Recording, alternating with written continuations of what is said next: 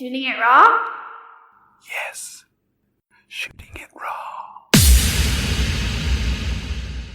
Hi, Saskia. Can you hear me? Can I hear you? I can hear you, yeah. Hi. Oh, my goodness. Look at you. Long time no see. A long time. Welcome to Shooting It Raw. I'm so happy you've agreed to join me. One thing that people on the podcast I have to describe is that when you smile and you have the crinkles in your eyes, the best face. Oh my goodness. Now that I see you again, I'm like, oh my goodness, it's you. Oh, welcome. I know. Thank you. Welcome. It's also really good to see you again. But I also feel like this is strange if we haven't seen each other for 20 odd years.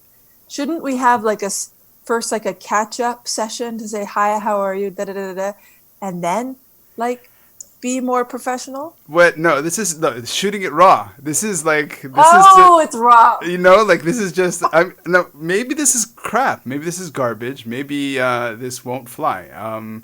But I certainly enjoy having these conversations. And what I think is interesting is what happens between the lines. So, always. We'll start with the photographs, and then we'll just catch up, and because I said to you, send me 2 or 3 pictures that say something about where you are these days, what's interesting to you, and so you chose these 2 photos, and let me just describe what I see, and then we'll talk about it. So the one I'm using is called Cat's Hands. And it's black and white, but more sepia than the cool black and white. Kind of black and white-ish, sepia-ish. 2 hands, slightly wrinkled, but really lovely texture. Probably the hands of a 30, 40-year-old, a little bit worn, a few wrinkles, but, not severe calluses. What's beautiful are these 4 petals. But one of them is more of a shard of something. And so what is this image, Saskia? Okay, well, I'm not sure why I picked that, except that in part I just really love that image, and I love the moment that it came into being. Mm-hmm. So those are the hands of a dear friend and mentor of mine, Kathleen Harrison. She's an ethnobotanist. Teacher, brilliant teacher, out of California. And I was with her one day. We were walking on a little forest trail near her house in Northern California.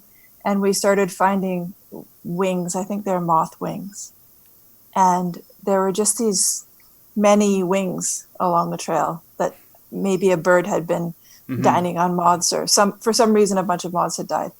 And so we started collecting wings, and at the same time, I looked down and saw this piece of pottery that initially I thought was a wing because it looked just like the other wings, but in fact it was a piece of pottery. And so I just remarked on that to her, isn't this, here's something so entirely different but resonant.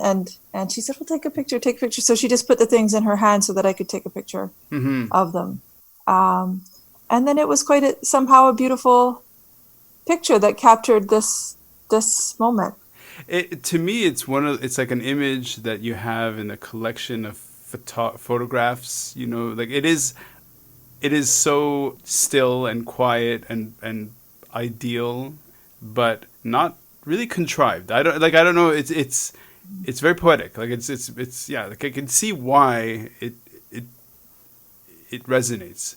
I think there's something too about something that is an image that is a reflection of what's happening in that moment. Some kind of beauty stands out to you. Something in the world jumps out to me or to you, and we capture it. And that, well, for me, those are the pictures, my own pictures, that somehow feel the most alive.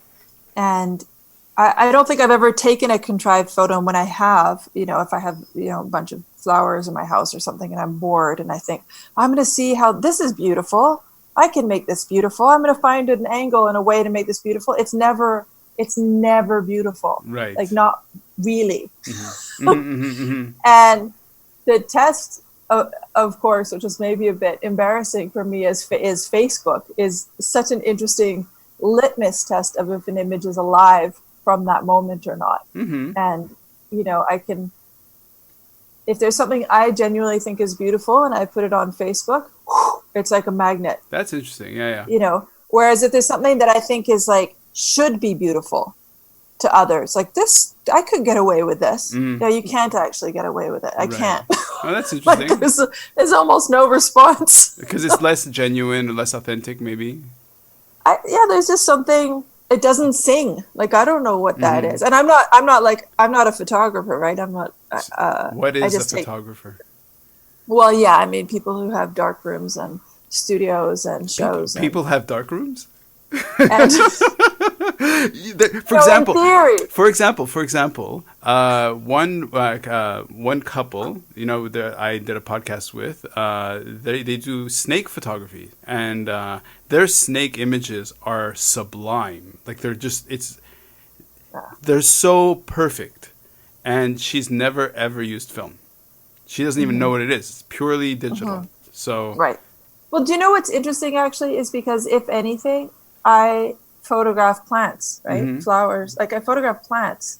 And oddly, I sent you 2 images that in my mind, I mean, even though there's a tree in one of them and the other has an ethnobotanist in it, but those images are not overtly about that which I love to photograph the most. And in a way, that which like I'd be willing to talk about. Right. Well, hold on. Well, you just opened the door. So why do you photograph plants? Like why is that a thing in your life?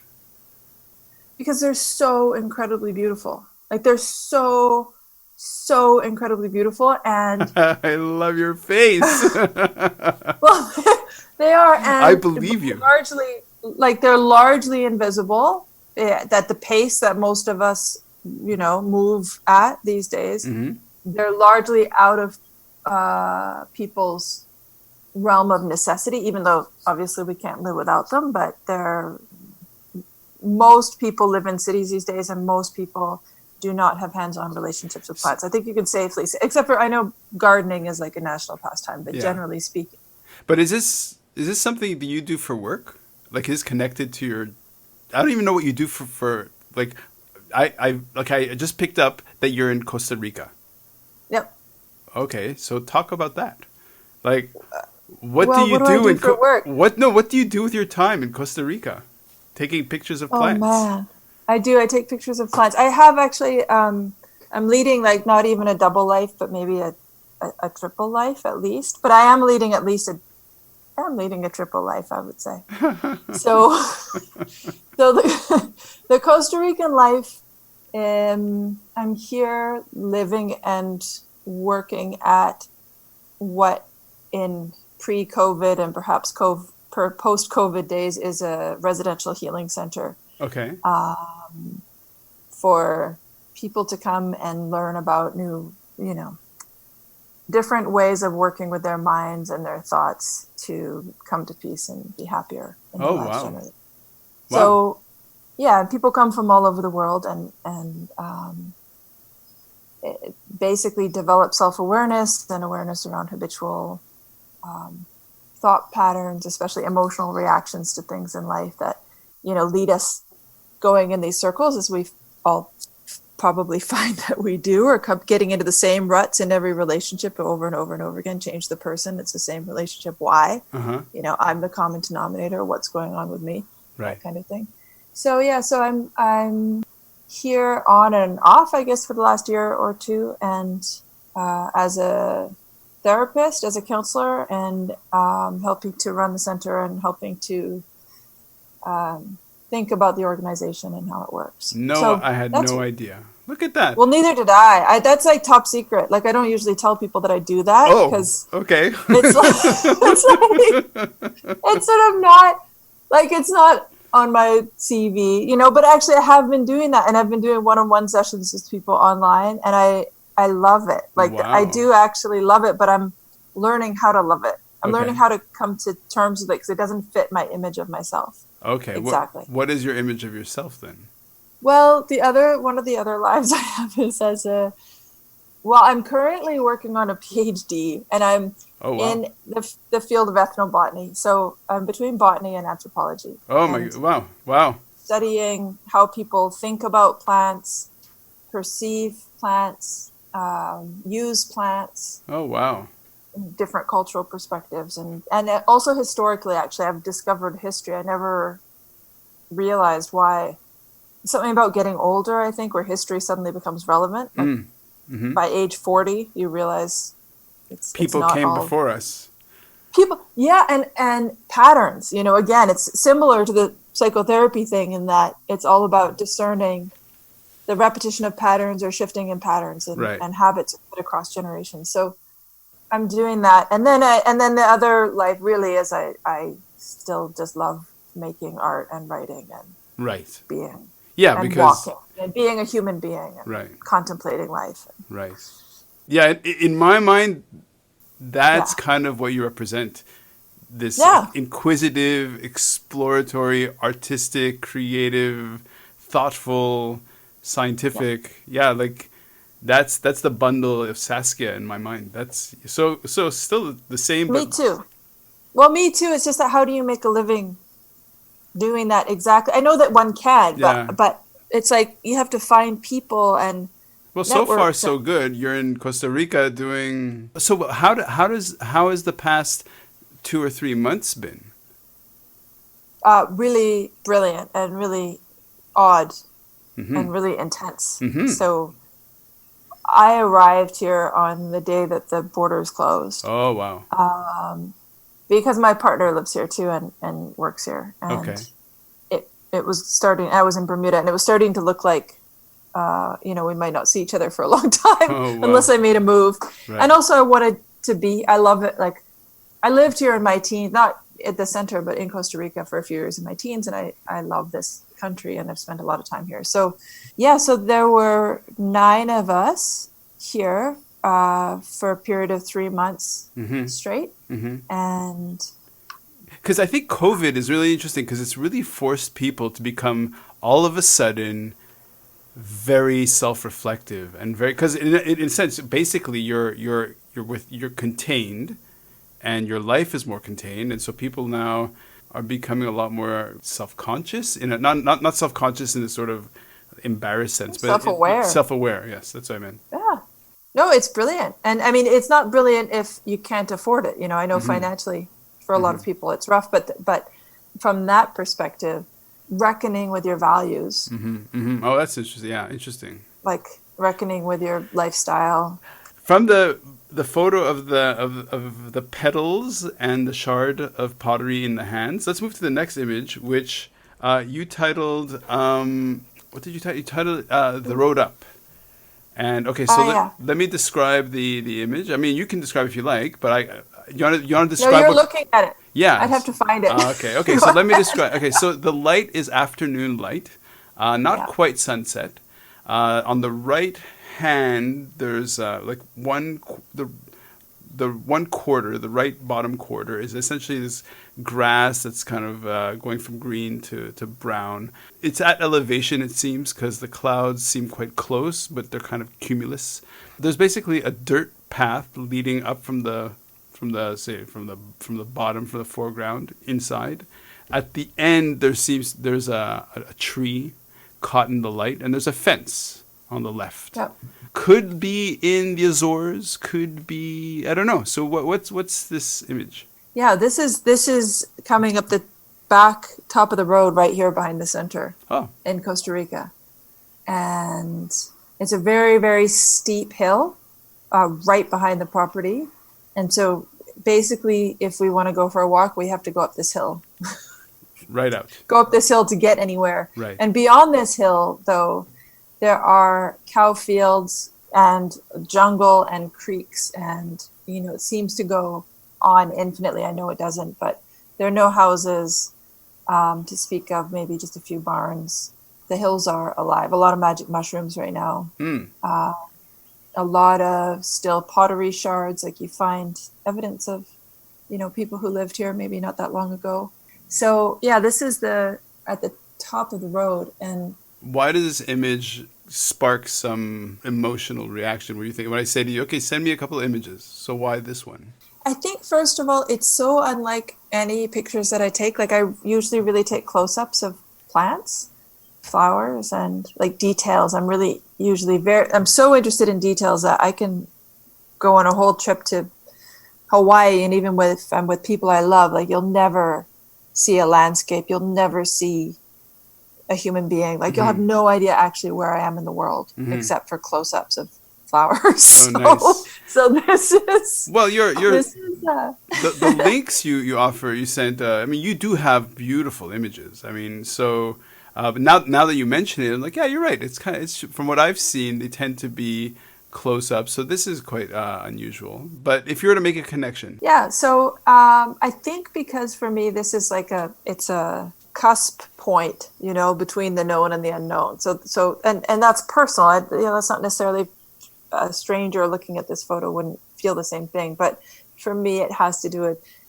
come up the hill, and then this world opens up. And in this particular moment, the light was so beautiful, and, the sky was so vast, and this really kind of mangy looking tree just had such character and seemed so welcoming. And right at the base of that tree, there's the fence. You can open there's the barbed wire fence and go through and start going on the paths through the hills. So to me, it has to do with a sense of promise. The closest city is how far away? City? So Tilaran is a small town. That's 45 minutes away. Okay. The closest city, I guess, is Liberia, which is about an hour and a half, 2-hour drive. Okay. So what was the draw that brought you into that place just then? Or not just then, but just in like, of all the places in the world, why are you there? And here at the center in Costa Rica? Yeah. Well, partnership is a big part of it, right. being in this relationship. Deepening, like, I've had a relationship with doing this kind of therapy, I guess, or counseling on and off, like really on and off for about 20 years. And there was a sense of wanting to deepen in my own relationship to the work that's happening here. And lastly, I would say also, I really do love this country. Like, I came to Costa Rica by myself when I was 17, and I was only supposed to stay for a week or two, and I stayed for over a year and then came back again for another year. And there's like a deep familiarity, a sense of home that, I've moved pretty constantly in my life, like moved countries and cities and homes and all of that. And it's rare for me to have any kind of a sense of home. Sure. And for some reason, there's intimations of that here. So I would say those were the three main reasons. Is what you're doing like the result of formal training in this specialist therapy therapeutic approach? The organization, which is called Choose Again, is very, very, very specific in what it offers. And I have been formally and informally involved with it for a long time. So I have not trained in psychology, for example, in school. Okay. But nor have I cobbled together a practice, I would say fairly formal intensive training in this specific modality through this organization. What kind of clients do you get? It's a huge range. Okay. Yeah, it's a huge range. So when Choose Again started, it was mainly teenagers with addiction issues. Oh, wow. And I did work here back then, here at the center. I used to manage and run the center. And then slowly the clientele has shifted over time. Wow. As the organization has shifted. So now it's radically different. It's basically high-functioning people who may be depressed or have relationship issues or anxiety issues or are on a spiritual journey, because it has a fairly kind of, I don't like the word spiritual, but that's what they say, a fairly spiritual kind of, there's an aspect of it that could be construed as spiritual. now it's a range. You know, we did a profile recently of kind of the average or the ideal client, and it ends up in part being people who are kind of at least in their 40s, you know, who have tried a bunch of stuff, who have tried marriages, have tried great careers, have like tried these things and thought, yeah, this isn't, you know, making me happy in the way that I thought it would. So that helps. Dovetailing into this conversation, I read a book. I don't remember the title. Essentially, pretty provocative statement. Usually, it's women in their early 40s and men it's in their later 40s who are they're most miserable. So in terms of well-being and happiness, lowest scores in, you know, women in their early 40s, men in their late 40s. I'm in my late 40s. It's hitting me right between the eyes for sure. I'm like, okay, sweetheart. it's like, okay. What do you think that is? What do you think that I'm in my mid 40s? But no, I think I came through my early 40s. I came through the misery, and now I'm like, yeah, I'm not having kids, and I'm clear, and I'm going forward. No, yeah, it's a funny little moment. But then, okay, so from that book, a personal coach guy referred a book back to me. He goes, "Oh, you should read this again," because I'd suggested it to his wife, and he read it, and he was just like, "Yeah, it's completely. I really identify with it." It's called. Now it totally blanked. Basically, how to live and have other people dislike you. The art of living, and you know, it's like by this Japanese author. So wait, so you say it's hitting you hard, and we're not going to go into this too deeply, but I mean, we could. But can you just describe the kind of like what the sense is? Like, is there a sense, like what the sense of your life, or does it have to do with, you know, physical health, or does it like what is it? Like, what is it that I think it feels off? I think what's really classic is that, you know, certainly. You know, I'm the sort of boundless optimism kind of person, and positivity and all this stuff. And then, you know, basically you get to this wall where all of a sudden, okay, well, I guess I'm not going to be, you know, superhuman and jump over tall buildings or whatever. You know, just in a sense, kind of accepting the reality of my limitations. You know, so for example, right now I'm in Hong Kong. And so there's COVID-19, which is pretty intense. Then there's the fact that China is dramatically and drastically changing the very nature of Hong Kong, which is, of course, very intense. You know, raising a girl who's 8 years old now. So, you know, a slightly older parent, also very intense. And also just in terms of professionally, you know, so it, you know, it's one of these things where I'm kind of in the thick of it going kind of mental, and then finally reading that, oh no, this is actually pretty normal. It's like, oh, okay, it's okay. 5 minutes normal, fine. Does that help it go away? Well, denial is great, you know. It carries you forth. So, you know, it helps. Of course, it helps. But you know, it's you know, sometimes we can't solve things, so it's okay to just sort of accept them. No, for sure. And in fact, the normalizing. Like I remember reading this book ages ago, or not even, I didn't even read the book. I think I read a paragraph that was helpful by Stephen Levine, and I think it had to do with dying. And I don't really read that kind of book, but anyway, I opened it up. And it was something like, it had to do with being very, very sick. I think maybe he had cancer or his wife had cancer. And he said the tendency is to take it personally and to say, oh, this is my cancer and I'm, you know, suffering from this, and what have I done wrong, and you know, all of this stuff. And in fact, I've noticed that too when I'm physically sick. It's easy to start beating myself up somehow and feeling down. And instead he suggested saying, this is what it feels like to have cancer, or this is the, you know, this is, right. Or like you're saying, like, this is what it feels like to be a man in his late 40s. Yeah. And it somehow, by making it impersonal, there's a sense of it's not such a big deal. Everybody goes through this.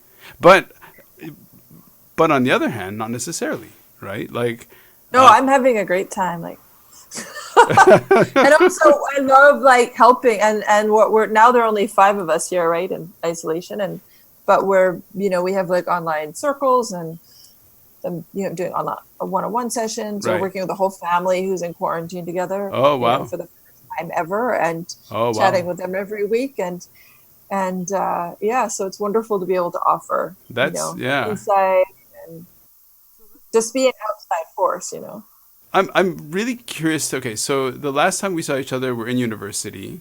I was doing my bachelor's degree in creative writing, and you were doing your bachelor's Yes, degree in.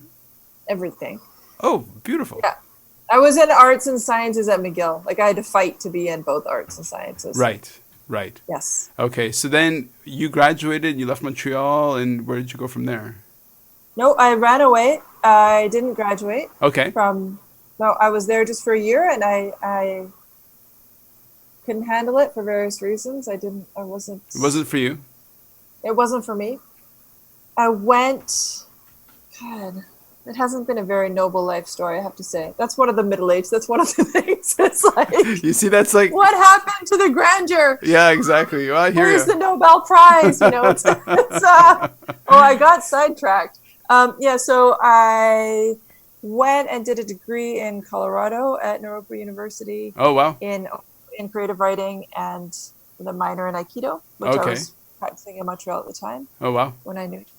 And then I trained to become a sushi chef, and I did that for a bunch of years.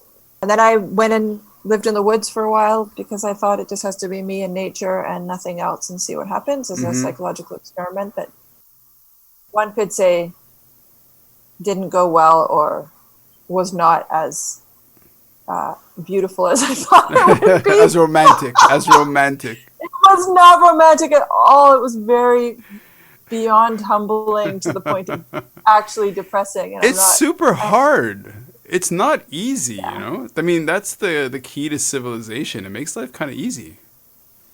No, I know. And it is a classic story, like that couples, for example, go to get away from it all and move to the woods where they promptly break up. Like that's true. And and also, I thought I'm someone who loves being alone, but being alone when you're generally around other people seeking, like in high school, seeking solace of, solitude, of course, makes sense. But being, on 10 acres in the snow through the winter by yourself in northern British Columbia is not the same. Oh, dude. It's not the same. Yeah. Well, yeah. So there was that. And then eventually I did a bunch of other writing and program development for different organizations. And then I got a job at the University of British Columbia. So how did you get into ethnobotany? Ethnobotany. Yeah. I discovered that field while I was living in Bermuda in probably 2000. Okay. 2000. Through an essay written by this woman, Kathleen Harrison, whose hands are in the photo. Oh, wow. Okay. Yeah, I read this essay that she wrote that had to do with certain indigenous perspectives. Like if you spend enough time with a plant, you get to know its song, and then you can heal with the song, not by the material of the plant itself, that kind of thing. Oh, wow. And at the time, I knew that I loved plants really deeply, but I had kind of tried botany and biology, and it wasn't dissecting things is not the only way to love something. In fact, it's not a good way to love something at all. I love my dogs. I dissect them every night. Yeah, exactly. It's like in a lab, So if you love a living thing, like how can you, this is why I dropped out of biology at McGill as well. Like how can you cultivate and strengthen living relationships with non-human beings, other than human beings, outside of a lab, basically, and outside of counting them or whatever else these kind of typical relationships come down to. So exploring, it ends up being, ethnobotany, or the study of ethnobotany. And as Kat Harrison talks about, big botanical beings, like different cultures who have had understandings of, say, tobacco, or ayahuasca is an obvious one. Yeah. As, chocolate, or cacao. It says a lot about you that you read this essay, or you read this essay that moves you, touches you, inspires you, and you're just like, I'm going to meet the person who wrote that essay. I'm going to quit my job. That's what I did. I'm going to quit my job, break up with my boyfriend, fly from Bermuda to California. And go walk in the woods. No, and find this woman. Good to find for this you. woman who, yeah, it was brilliant, who wrote this essay. And she was teaching a summer class at a university in California. She said, sure, you can come join the class, whoever you are, lady. I was like 27, maybe 26, 27. And then I was the only one of the only students in the class who was there out of pure passion. You know, Right. everyone else it was like an easy science credit or something. That's so interesting. Okay. Yeah. It was called Plants in Society or Plants and People. And then she invited me to come spend weekends at her house because we got along so well. Right. And wow, like the conversations, like we had conversations, like they should be recorded. I mean, this woman is so brilliant. And it's just my heart and mind, like I was on fire. Like I hadn't met anyone who was willing to talk to me about plant intelligence. Like now it's common. Now you Google plant intelligence and there are all these books and ideas and people out there. But, you know, at the time in 2000, it was like I wrote an essay on plant intelligence. There was one paper that I found where someone had sort of tentatively gone down that road. You know? Wow. Yeah. So. Okay. Assume we just became good friends. Okay. Yeah. Now, Saskia, I'm a dummy. Yeah. I'm a dummy. Please give me an explanation of what you mean by plant intelligence. Like in simple language, so like a dummy like me will understand. I'm not pointing. What I'm trying to do is get you to open my mind. It's a good question. Okay. Well, first of all, we can think about what plants are not, right? They're not inanimate, obviously. They're not without senses.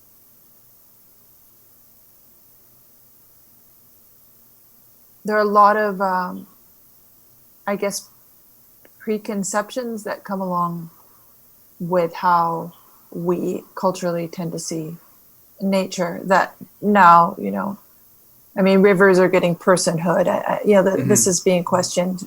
The sentience, consciousness of animals is being questioned all over the place. But I guess from my perspective, we come from a common ancestor with plants. Mm-hmm.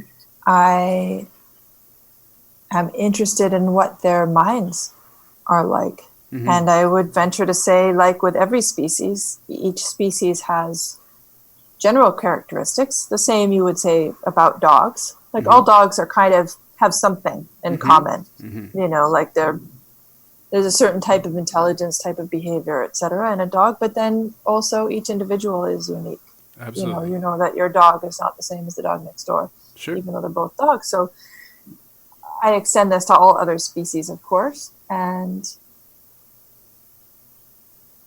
with plants, I mean, there are studies like the most basic things. Okay, we know that they see light and shadow and color and movement. Mm-hmm. You know, we know that they can respond, like they're great chemical communicators. Mm-hmm.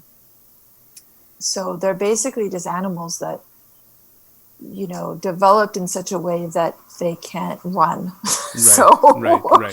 So they had to get they're rooted and they're stuck in place. So they can't just have one of each organ the way we do. Like we just have one head, and if our head is bitten off, we're screwed, you know. Whereas for them, like they have their senses distributed throughout their body. So if a deer comes along and browses on them, they're still okay. Mm-hmm. It doesn't mean that they're any less intelligent than we are, and or that we don't have anything we can learn from them. So the intelligence itself, which I've been skirting around, I just get a sense of like great quiet, great intelligence, great sensitivity, great responsiveness to the world, you know, incredible beauty, incredible showiness with flowers, for example. Mm-hmm. And each species grows in such a different way. I think you can learn from it. Like a vine is one thing, and a little moss is another, and an oak tree is another. And, you know, like in the Yoga Sutras of Patanjali, he says, or she, whoever wrote it, says something like, if you focus with perfect discipline on an elephant or other entity, you acquire the powers of that entity. Right. Oh, that's interesting. And I think that if you focus with perfect discipline on an oak tree, for example, you can learn a hell of a lot from it. Okay. People do. People do. Yeah. Let alone like ingesting it if you want to go down the entheogen route. But I'm not even talking about that. I just mean hanging out with something. So I have 5 dogs. I have 5 cats. Woo! Well done. So there's a book called Inside of a Dog, which is very, it's very amusing. It's kind of like, it's not a very scientific book, but it just talks about, canine dog cognition and behavior and stuff. And so she talks about how, to kind of understand the life of a dog, you have to kind of absorb their frame of the world, right? So it's to unlearn your own bias and sort of sense the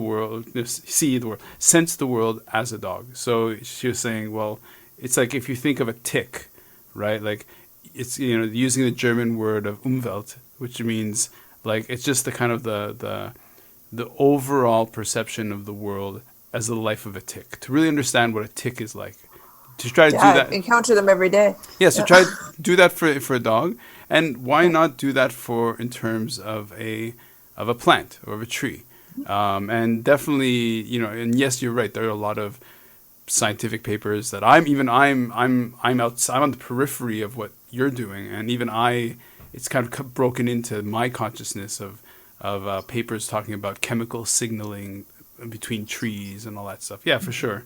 And mycology and so the book that I was reading, is called The Courage to be Disliked by Ishiro Kishimi and Fumitaka Koga. And there's a bit of a connection of from there to what you're saying, in terms of they're saying that the path to happiness is through connection, right? Yeah. That connection to others is really one of the most powerful paths to happiness. And so listening to you talk about, of me putting you on the spot kind of gently about plant cognition and whatever, from what I hear from you is this notion of connection as well. I mean, that's the connection I made. Is I was like, well, I just read about connection, and I can see how people would come to a retreat, become very inward focused, and then see what kind of connections they make to their life and to things around them. Absolutely, and I mean so the path to happiness is through connection. I think it's realizing how connected we already are. So not forging connection between individuals, which gets exhausting and seems like a lot of work. Oh, now I have to be friends with everyone in the world. Now I have to, but rather like, what does it take to wake up to the fact that possibly we're one huge organism, right? It's a weird, this idea of interbeing, like we're affecting each other, informing each other, morphing into each other. Like, look at food. I mean, it's weird. We're like eating other bodies, and in order to perpetuate this body until it gets eaten in turn. I mean, it's not a world of individuals, and when we think that it is, it's usually depressing, it's scary, it's isolating, it's a huge amount of pressure to, make something of your life and win a Nobel Prize and all that. But it's not the reality. It's not even true. Right. So when you realize it's not true, what happens? Like, you start caring more, you start being gentler, kinder to others. Of course, that feels better for yourself. You stop worrying about how other people see you, because you're a non-entity, or a minimal entity anyway. Okay. Yeah. Go on. What is the thread between what you're studying for your PhD and how you connect with people when you talk to them? Am I mixing your Is your that like a cheeky question when you say what is a thread? Okay, good, because my PhD is on string. Is it really? I don't know. I know. It's hilarious. That's the thread. It's it hasn't really evolved very well as a dissertation yet, but in theory it's about So it's string theory. Got it. Physics. No, Yes. yeah. No, sorry. No. It's an easy joke. Sorry. I'm really I know, sorry. and everyone says it to the point where I have to Oh, stop. dude, I know, oh, you're I'm just so so sorry. into it. Oh, I'm so It's all right. cliched. Oh my god. I still love you, but I Uh, just think a tiny bit less. No, I don't. Okay. So yes, you it's do. about it's well, also because actually people say that secretly, like I wish I were a physicist. It's so disappointing to say that it's not, that I'm Yeah. When you're talking about string, though, is it just the string is like construction this as a? as a tool. Yeah. Okay. Yeah, as a tool that revolutionized human Okay. biology and culture Interesting. evolutionarily, and mythology, and language. Like it informs all these things. But fundamentally, it's a tool about relationships, right? It's not even really seen as a tool. It's like a thing that you use to make other tools, Right. like Okay. a stone axe and handle, for Mhm. binding. Mhm.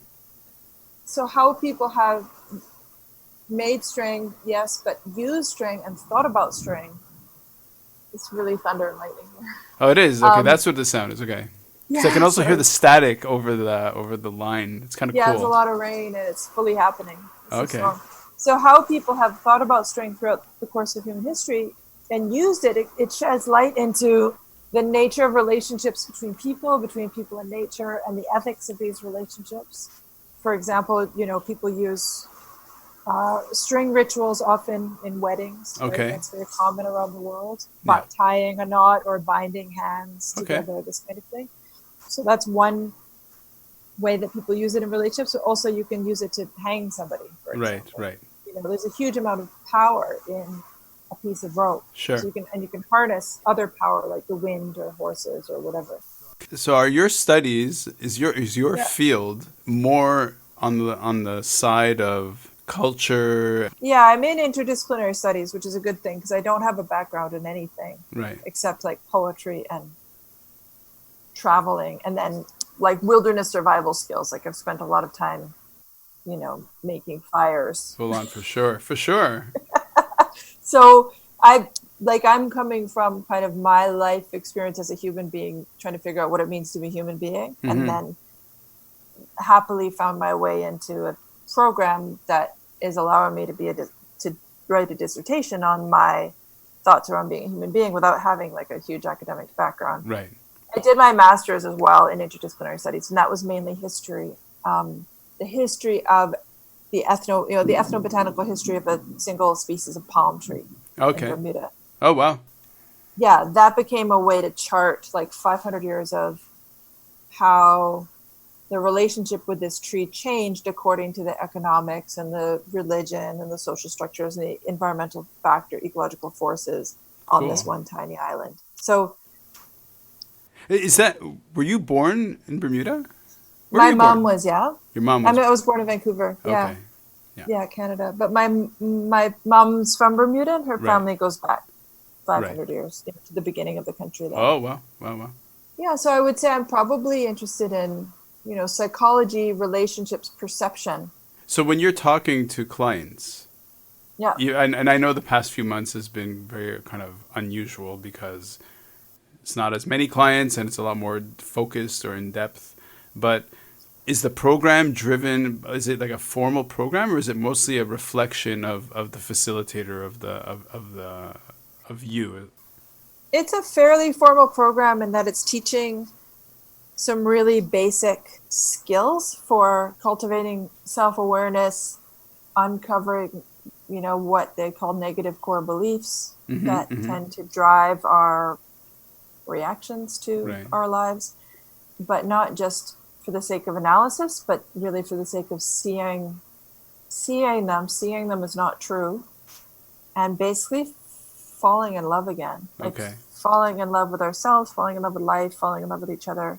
And that is the common thread. Like you're saying, what's the common thread between maybe what I'm doing here and what I'm doing for my PhD, or even what I do when I make art, taking photos or writing poetry or whatever.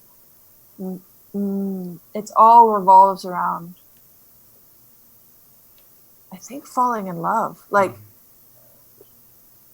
because it's not self-awareness, unless you want to go capital S self and we're all one and this kind of thing. It's awareness and seeing truly and using honesty to get to a greater truth, and reimagining, say, history outside of biases as much as we can, shedding light on the unsung, that which is like downtrodden and neglected, which often is our own souls as much as anything, Sure. If not certain members of society or certain species, this kind of thing. I'd say that's my main kind of interest. So for example, I asked you to send me some links. So the links you send me, were they links just to photos, or are they also links to your work? And so, for example, somebody who's interested in what you're saying, if they want to find out more. Yeah, so I could also send you the link to this organization that I work for here. One link is to a project that I did at the university at UBC. It's a plant sign, a botanical garden sign project. It was just like a little art project, but they somehow gave me a bunch of funding and the opportunity to write creative, interpretive botanical garden signs and plant them all over the university. I did like nice. 150 of them. Yeah, it was awesome. You'd like it. You should scroll through the website. I'll check it out. Because the idea was to show people what I see when I look at plants. So Right. It might be like, they're like cool facts, but it might be poetry, like a Sappho poem, looking at an oak tree, or it might be, or E. Cummings, or it might be, some interesting chemistry about that plant, or some indigenous knowledge or indigenous names for that plant. So basically showing that there are as many perspectives on nature as there are fields of study, or as there are human beings, and how can I just open the landscape up to a zillion perspectives to invite people to think differently and to relate. Again, it's like to see anew. That's what I'm interested in. How can we see anew always? A beautiful project. Nice. Yeah. So there's a link to that, and then the other, I have research, kind of on current research, like research that I did for my master's, stuff like that. I'm supposed to ask you a question. Hold on. My daughter Cadence, I told her about the fact that you had a toucan I had a toucan. bite you. Oh. And no, I remember. I also had a toucan last year. Yeah, okay, hold on. Let's go. So, first of all, what's the correct pronunciation? Toucan? Yeah. Toucan. That's it? I don't know. I guess in school she learned that Correct. Who knows? Yeah. Who knows? Okay, why don't you tell the story about... What did she learn? I have no idea. I should be talking to her. Okay. I'm a terrible parent. Did you say something? I have no idea. No. Okay, so what's that story? Because it just caught my eye. So why don't you share that story? That's pretty funny. Because I mean, look, you live in a place where there are toucans. Like what? Oh well, which story? The story from the other night. Sure. The toucan I encountered the other night, or the toucan that I raised last year. Look, this for the people not in Costa Rica. This is crazy. Okay, yeah. What is that? What is that? Well, I can tell you about the toucan I found the other night. Sure.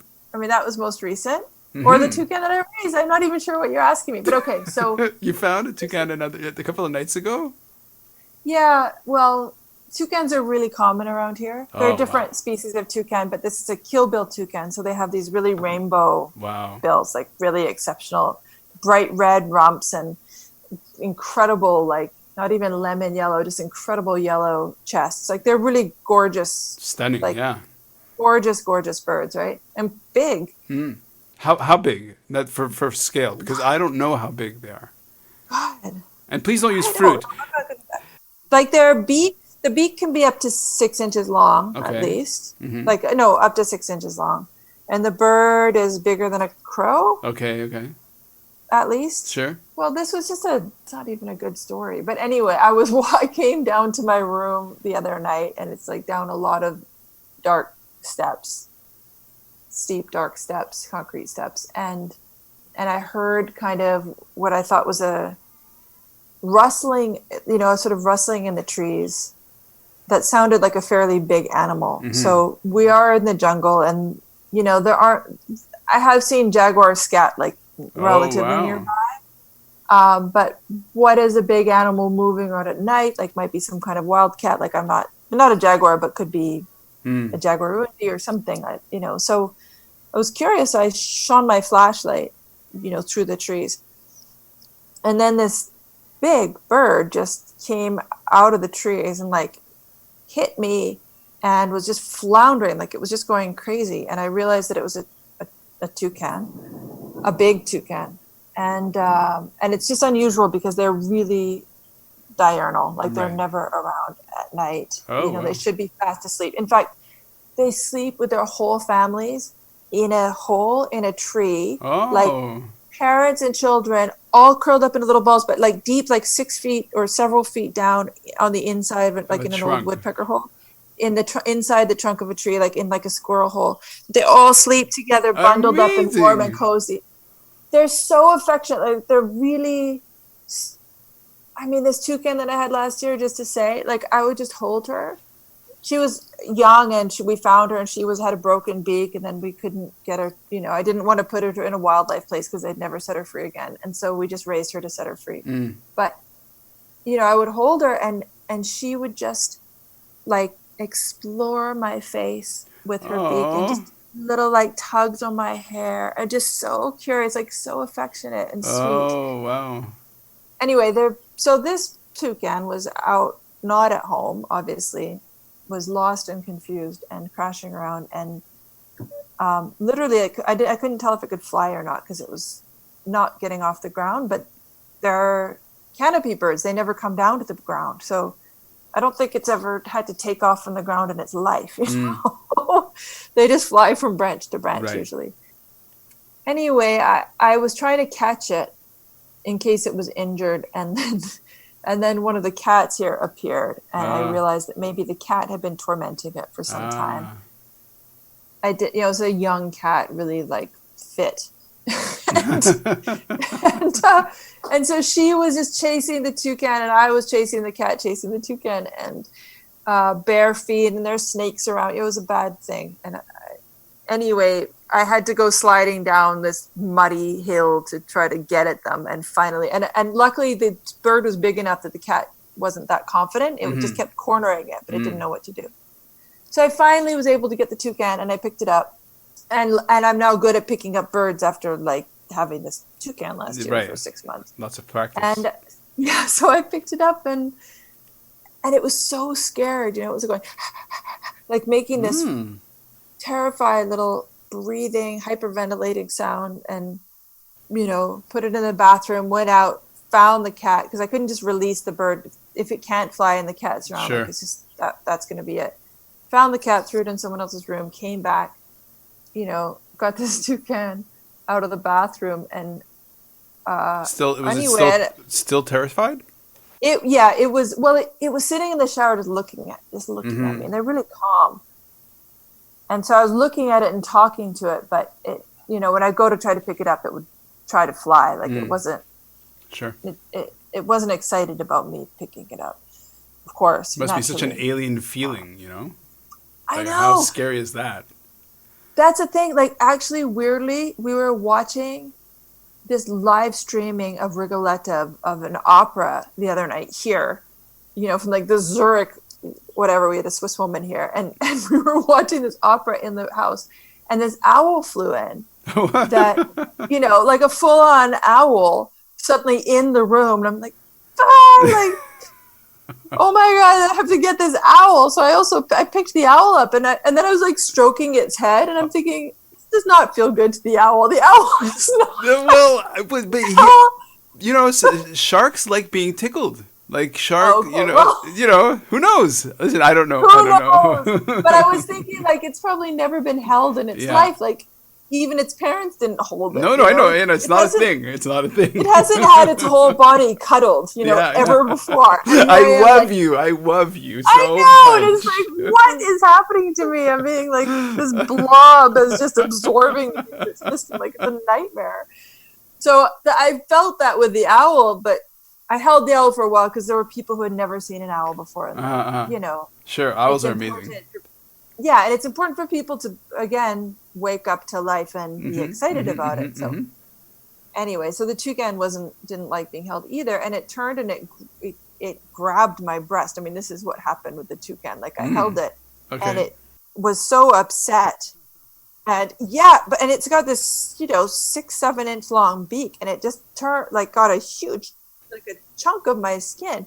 Yeah, it was weird. Did it break the skin, or is it sharp, the beak? It broke the skin actually on my hand, but no, not on my, no, because it had such a big chunk of flesh. Oh, okay. It just, it's not that sharp, and it's not nearly as strong as a parrot. Interesting. Yeah. Like Parrots are full on. Parrots, can, I don't know if they break nuts, but practically, right? Whereas toucans, they're just more, they eat berries, they're very delicate. Anyway, that was it. It grabbed my breast, and then it started making this screaming sound. Like, I won't try to imitate it, but it was like car alarm. Like, it was very unusual. Right. Like, it was warning all the animals of the forest. Like, it was going to die, but it was terrible. It was terrible. So for example, where I live, we have monkeys, and we have we have cobras, and we have all this stuff, and people are really terrified of the snakes, right? And then I go out at night to make photos of the snakes and the Burmese pythons and whatever, and everybody's just like, "Oh, aren't you scared?" I'm like, no, let's get something straight. They see us, and they are terrified. They are full on terrified. So you picking up this toucan, it must be like, I'm gonna die.